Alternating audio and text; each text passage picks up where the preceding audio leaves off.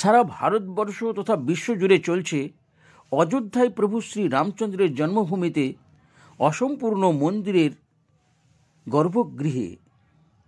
যদিও বিভিন্ন সংবাদ মাধ্যমে বিভিন্ন তর্কের আমরা দেখা পাচ্ছি, কিন্তু মন্দিরের গর্ভগৃহের কাজ সম্পূর্ণ হয়ে যাওয়ায় সেখানে প্রভু রামলালার প্রাণ প্রতিষ্ঠার কার্যক্রম, সেই কার্যক্রম বিভিন্ন সংবাদ মাধ্যমে প্রদর্শিত হয়েছে, সেগুলি আপনারা দেখেছেন।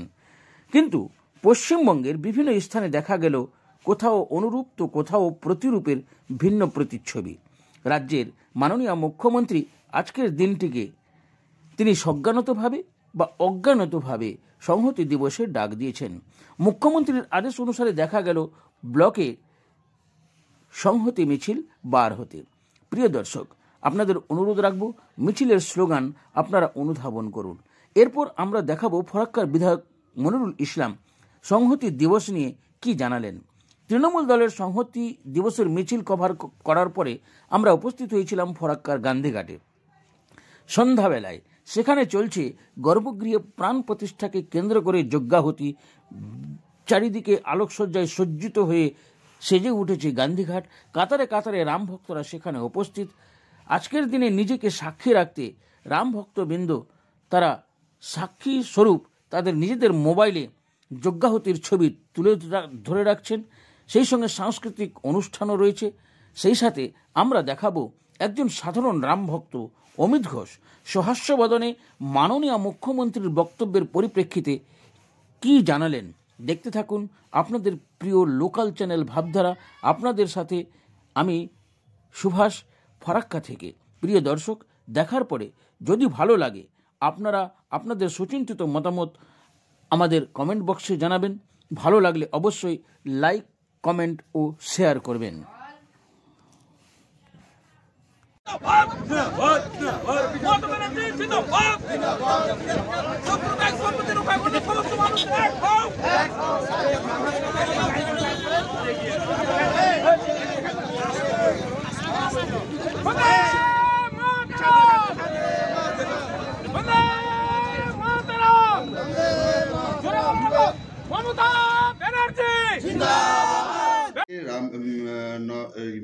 রাম মন্দির উদযাপন, তার পাশাপাশি আজকে পশ্চিমবাংলায় মুখ্যমন্ত্রী মমতা বন্দ্যোপাধ্যায় সংহতির ডাক দিয়েছেন।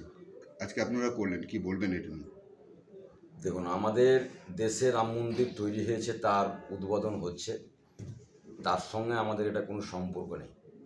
আমরা একটা উপলব্ধি করতে পেরেছিলাম কি ভারতবর্ষ একটা সেকুলার দেশ, সর্বধর্মের মানুষ আমরা এখানে বসবাস করি, অনেক ভাষাভাষীর মানুষ আমরা বসবাস করি, আমরা সেকুলার দেশে বসবাস করি। তার জন্য আমরা সংহতি একটা মিছিল আমাদের ফারাক্কা তৃণমূল কংগ্রেসের পক্ষ থেকে আমরা বের করেছিলাম।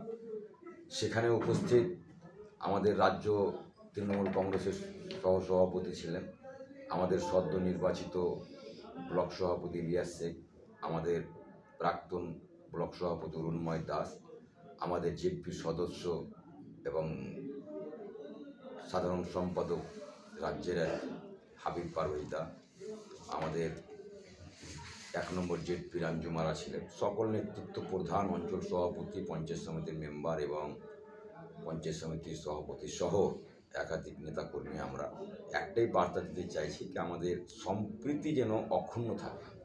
এই রাম মন্দিরকে উদ্দেশ্য করে যেন আমাদের মধ্যে জাতি দাঙ্গা না লাগে। হিন্দু মুসলিম সম্প্রদায়ের মানুষ আমরা শান্তি শৃঙ্খলা বজায় রেখে এবং আপিল করলাম, আমরা একটা মিছিল করলাম কি আমরা হিন্দু মুসলিম ভাই ভাই। এবং আমাদের একটাই বার্তা কি যেটা হচ্ছে কি যে ধর্ম যার যার, উৎসব সবার। আমরা মানুষকে অ্যালার্ট করলাম, সচেতন করলাম কি আমরা যেন এই কটা দিন বিতর্কিত মন্তব্য, কোথাও অতর্কিত মন্তব্য না করে আমরা যেন কোনো ঝুট ঝামেলায় না জড়িয়ে যাই আর কি। আমরা মানুষকে সজাগ করলাম, সজাগ করলাম, জাগ্রত করলাম। আমাদের একটাই লক্ষ্য উদ্দেশ্য হচ্ছে কি আমাদের সম্প্রীতি যেন কোনো সময় নষ্ট না হয় আমাদের বাংলাতে। আমরা বাংলাতে সুখে শান্তিতে সব সম্প্রদায়ের মানুষ কিন্তু বসবাস করছি। আজ আমরা রাম মন্দির অযোধ্যা, সেখানে ভগবান রামের প্রাণ প্রতিষ্ঠান হয়েছে। সেই উপলক্ষে কিছু সার্বজনীন অনুষ্ঠান আমরা এখানে করছি, যেমন 10,000 প্রদীপ জ্বালানো, মহাযজ্ঞ আছে, গঙ্গা আরতি আছে এবং মায়াপুর থেকে আগত রামহট্ট আমরা এখানে করছি। কী কী ব্যবস্থা সকাল থেকে আপনাদের কর্মসূচি ছিল? ব্যবস্থা বলতে গেলেই বলতে হবে যে আমরা সকাল থেকেই প্রস্তুতি নিয়েছি। যেই 4-5টা জিনিস আমরা বললাম, যেমন গঙ্গা আরতি, যজ্ঞ, প্রদীপ জ্বালানো এবং রামহট্ট, তারই ব্যবস্থাপনায় আমরা গত কয়েকদিন থেকে ব্যস্ত ছিলাম। আজকে সকাল থেকেও তাই আমরা আলোকসজ্জা ও আলপনায় ভরিয়ে দিয়েছি এই গান্ধীঘাট চত্বরটা। এটাই আমাদের আজকের এইরকম পবিত্র দিনে মমতা ব্যানার্জি সংহতি মিছিলের ডাক দিয়েছেন, এই ব্যাপারে আপনি কি বলবেন? দেখুন, আমি আজকে কোনো রাজনৈতিক প্রোগ্রাম এখানে হচ্ছে না, এটা পুরোপুরি হচ্ছে সনাতনী হিন্দু যারা রাম ভক্ত তাদের প্রোগ্রাম।